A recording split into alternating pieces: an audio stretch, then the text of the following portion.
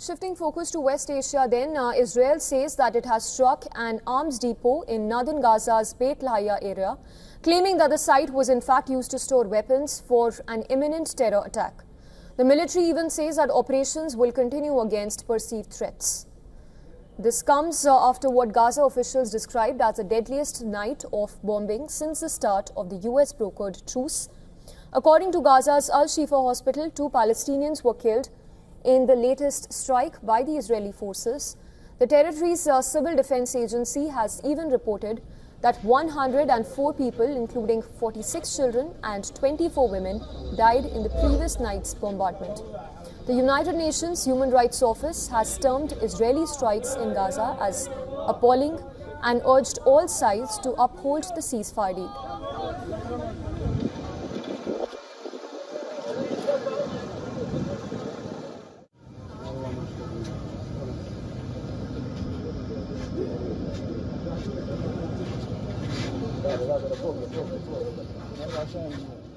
Reports that over 100 Palestinians were killed overnight, most of them children and women, in a wave of Israeli airstrikes across the Gaza Strip are appalling. All parties to the conflict must act in good faith to implement the ceasefire, and we call on all states with influence to do all in their power to ensure compliance. UK Prime Minister Keir Starmer has also commented on the latest Israeli strikes, expressing concern over the escalating situation. I'm deeply concerned, Mr. Speaker, by the strikes, and that underlines the fragility of the ceasefire deal. All sides need to uphold President Trump's peace plan. It is the only route to long-term peace for Israelis and Palestinians. We are, of course, in close touch with the US and regional allies, pushing for de-escalation. Meanwhile, Prime Minister Netanyahu says Israel's partners acknowledge and back its security responsibilities in Gaza. And this while he was speaking during a visit to the Kiryat Gat US-Israeli headquarters of the multinational force monitoring the truce.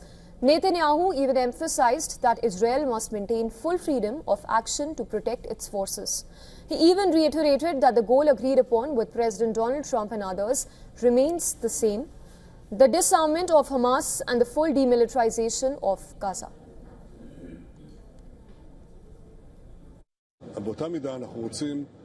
I'm happy to host our American friends here in Kiryat Gat. They are working with us on a plan to achieve a different Gaza, a Gaza that will no longer pose a threat to Israel. We want to ensure that the goal that President Trump and we agreed on of disarming Hamas and demilitarizing Gaza is ultimately achieved, and we are working on this in stages, together with other components of the plan. In Jerusalem, a proposal to appoint Yair Netanyahu, the son of Prime Minister Netanyahu, to a top position in the World Zionist Organization has sparked outrage and brought the group's standing committee meeting to a halt. Yair Netanyahu was put forward for the role of director of the WZO's information department, which is a paid position carrying the rank and benefits of a government minister. The full Zionist Congress had been expected to vote in the nomination, but the session of Binyanei Homa was suspended after delegates reacted with anger and surprise. In a separate development, Israel's defense minister has confirmed that the International Committee of Red Cross has been barred from visiting Palestinian prisoners detained under a law targeting what Israel calls unlawful combatants. The move has drawn criticism from humanitarian organizations seeking access to detainees.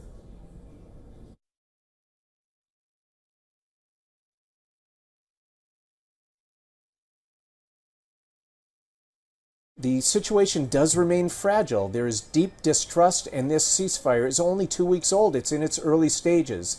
That means that there is still great potential for further violence. And a reminder of these risks, Israel carried out another airstrike late Wednesday after the ceasefire had been restored. It says it was targeting a Hamas weapons site. However, Palestinian health officials did report 2 deaths in this late Israeli attack.